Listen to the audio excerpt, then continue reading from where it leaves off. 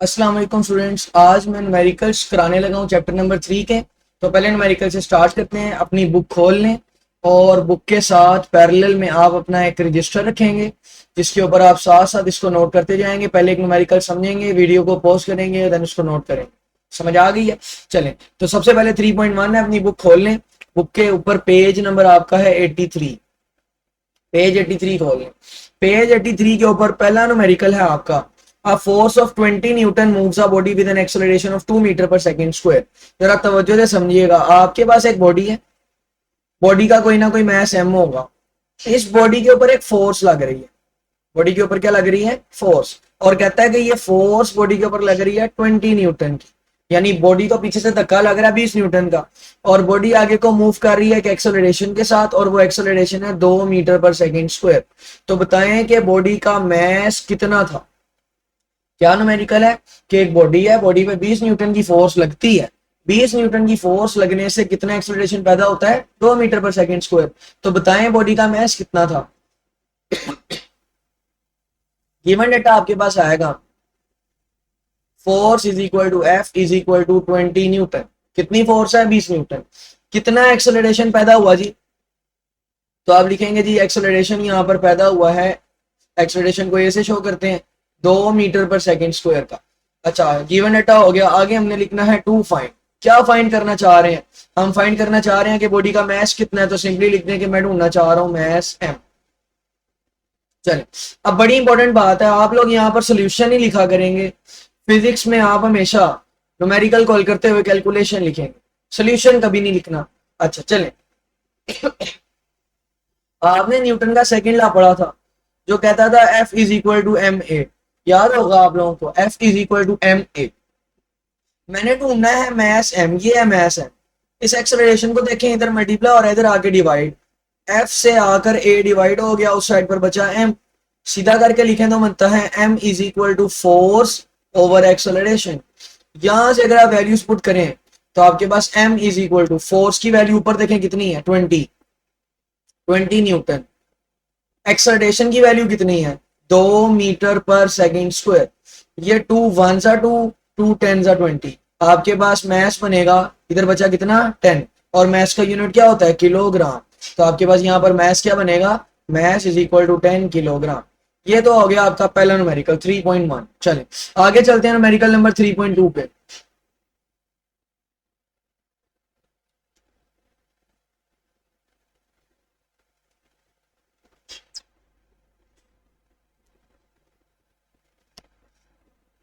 अच्छा, 3.2 को देखिएगा, कहता है जी weight of the body is 147 newton. तवज्जो दीजिएगा, आपके पास एक बॉडी है और बॉडी का वेट, वेट आपको पता है नीचे को एक करता है, और बॉडी का वेट है 147 न्यूटन। तो बताएं बॉडी का मास m कितना होगा। यानी आपने बताना है कि बॉडी का मास कितना है। तो गिवन डाटा में उसने आपको दिया हुआ है वेट, कितना दिया है? 147 न्यूटन। और कहता है जी बताएं कि बॉडी का मास कितना होगा। तो टू फाइंड में क्या लिखेंगे? मास। और देन मैंने आपको बताया था कि क्या लिखना है आपने? कैलकुलेशन लिखना है। ठीक है जी, तो यहाँ पर मैं इसको हल करने लगा हूं, जरा देखिएगा। आप सबने एक फार्मूला पढ़ा था, फार्मूला था F is equal to weight is equal to M जी।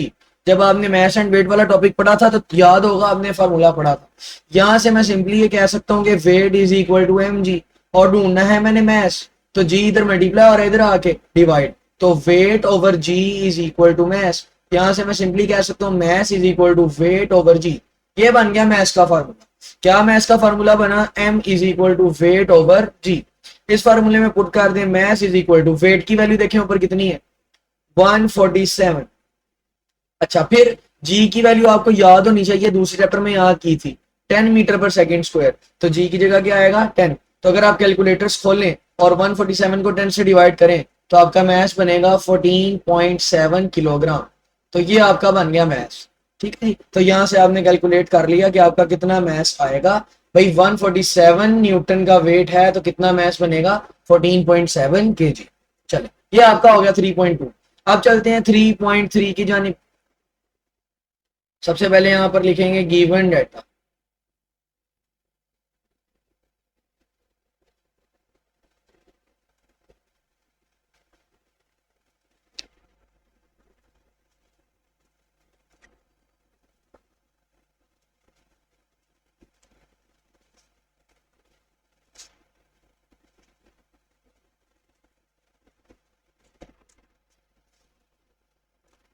ठीक है जी, अभी हम 3.3 का गिवन डेटा लिखने लगे हैं। 3.3 आपको कहता है how much force is needed to prevent a body of mass M match 10 kg from falling. जरा तवज्जो से समझिएगा क्या कह रहा है। कह रहा है आपके पास इस तरह से एक बॉडी है, ये आपके पास एक बॉडी है और इस बॉडी का कोई ना कोई मैस होगा। मैस उसने आपको दिया है 10 kg। इस बॉडी का मैस कितना है? 10 kg। आप जानते हैं कि हर बॉडी कहाँ को गिरना चाहती है? नीचे को। तो ये वाली ईंट या ये मैस भी कहाँ गिरना चाहेगा? नीचे। तो आपसे वो पूछ रहा है कि मैं कितनी फोर्स ऊपर की तरफ लगाऊं, कितनी फोर्स ऊपर की तरफ लगाऊं कि ये गिरने से बच जाए, ये गिरे ना।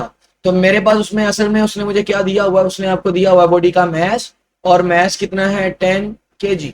समझ आ गई? यहां पर आपने टू फाइंड क्या करना है? टू फाइंड की हेडिंग दे दें सबसे पहले। फाइंड आपने करना है कि बॉडी के ऊपर कितनी फोर्स चाहिए इसको गिरने से बचाने के लिए। फोर्स एफ चाहिए आपको। ठीक है जी, तो कैलकुलेशन स्टार्ट करते हैं। जरा आंखें खोल के समझना है इस न्यूमेरिकल को आपने।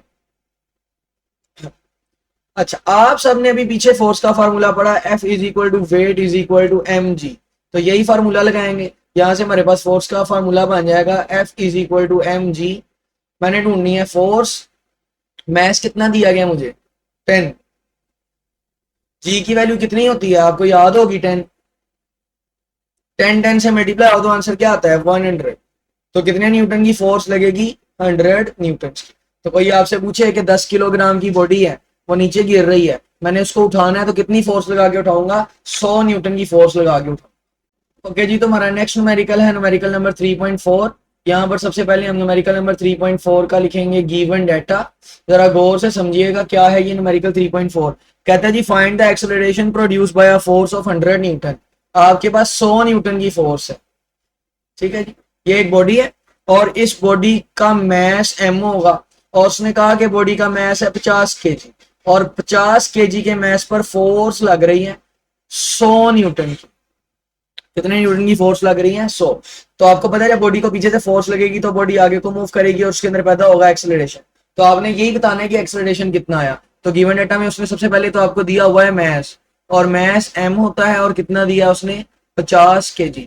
देन उसने आपको दी हुई है फोर्स, फोर्स होती है एफ, और वो कितनी दी हुई है उसने? 100 न्यूटन। आपने टू फाइंड क्या करना है जी? आपने फाइंड करना है कि बॉडी में एक्सेलरेशन कितना पैदा होगा। यानी आपका आज का फाइंड करने का जो टू फाइंड का आपका पैरामीटर है दैट इज द एक्सेलरेशन। तो हम इसकी कैलकुलेशन स्टार्ट करते हैं। जरा गौर से देखिएगा। आप सबने अभी न्यूटन का सेकंड लॉ पहले न्यूमेरिकल में यूज किया, which says that F is equal to M A.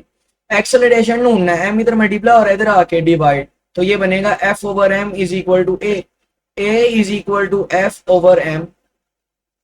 Force, force कितनी है? 100 न्यूटन। तो फोर्स की जगह आएगा 100 न्यूटन। मैस कितना है आपके पास? मैस है आपके पास 50 kg, तो मैस की जगह क्या आएगा? 50 kg। यहाँ पर आप देखें 51 सा 50, 52 सा 100, तो आपके पास एक्सेलरेशन कितना आया? 2। और यूनिट क्या होता है? मीटर पर सेकेंड स्क्वायर। तो यहाँ पर आपने एक्सेलरेशन फाइंड कर लिया 2 मीटर पर सेकेंड स्क्वायर।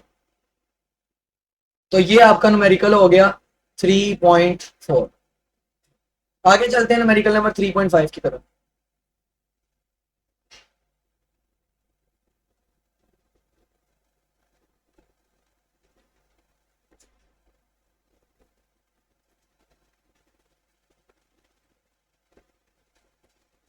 ओके जी, नेक्स्ट न्यूमेरिकल हमारा है 3.5। इसका लिखेंगे हम गिवन डाटा। मैं पहले ही बता दूं कि ये वाला न्यूमेरिकल थोड़ा सा टेक्निकल, थोड़ा सा मुश्किल है, तो जरा गौर से समझिएगा इसको। कहता है जी आप body has a weight 20 newton. जरा गौर से देखना है। आपके पास एक बॉडी है इस तरह से, और बॉडी का वेट आप जानते हैं नीचे को एक्ट करता है, और वो कह रहा है बॉडी का वेट कितने न्यूटन है? 20 न्यूटन। ठीक है जी। How much force is required to move it vertically upward. Vertically upward move कराना है, यानी इसको कहां को लेके जाना है? ऊपर को। कहता है ऊपर को लेके जाने के लिए कितनी फोर्स चाहिए? कब? जब मैं इसके अंदर एक्सेलरेशन भी पैदा कराना चाहता हूं। और कितनी एक्सेलरेशन पैदा कराना चाहता है वो? 2 मीटर पर सेकेंड स्क्वायर। 2 मीटर पर सेकेंड स्क्वायर। अगर आप गौर से समझना इसको, सिनेरियो को समझिएगा।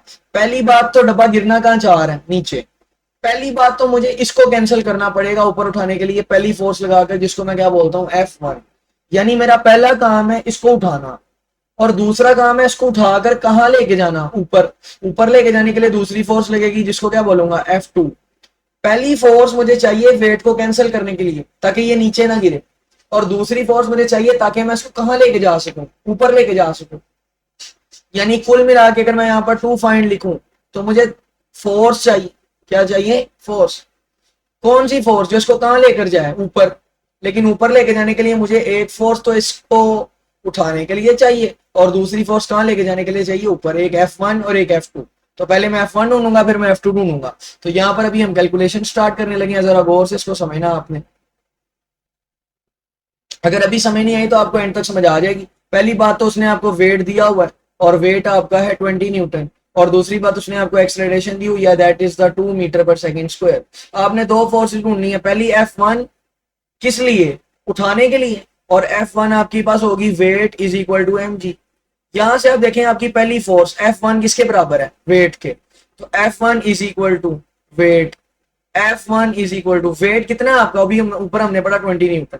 तो पहली फोर्स तो आ गई आपकी कितने न्यूटन? 20 न्यूटन। अब हमने ढूंढनी है दूसरी फोर्स F2। फोर्स का फॉर्मूला पड़ा है ma। F2 is equal to, अब जरा देखें डाटा में आपको वेट दिया गया लेकिन m नहीं दिया गया, a दिया हुआ है, m ढूंढना है अब आपने। तो सबसे पहले आपको क्या ढूंढना पड़ेगा? आप m। तो सबसे पहले मैं m ढूंढने लगूं। आपके पास वेट बराबर होता है mg के।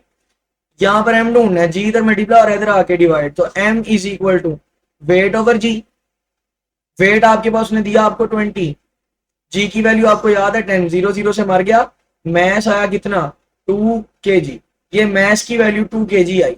इस 2 kg के मैस को इधर पुट करना है। तो यहाँ पर आपके पास ये जो मैस है ये कितना बनेगा? 2 kg। तो यहाँ पर मैस की जगह आएगा 2। एक्सेलरेशन कितना था ये देखिए ऊपर दिया हुआ 2। F2 आपके पास आएगी 2 मल्टीप्लाई बाय 2 क्या होता है? 4। तो दूसरी फोर्स आपके पास कितने न्यूटन बनी? 4। अब आपने अगर टोटल फोर्स ढूंढनी है तो जमा कर दें F1 जमा F2। पहली और दूसरी फोर्स को जमा कर दें, टोटल आ जाएगी। F इज इक्वल टू पहली फोर्स थी 20, दूसरी फोर्स थी 4, टोटल जमा होकर आ गई 24 न्यूटन। तो ये आपके पास आपका 5वां न्यूमेरिकल था। आज के लिए इतना ही। अगले 5 न्यूमेरिकल्स का लेक्चर नेक्स्ट टाइम अपलोड हो जाए।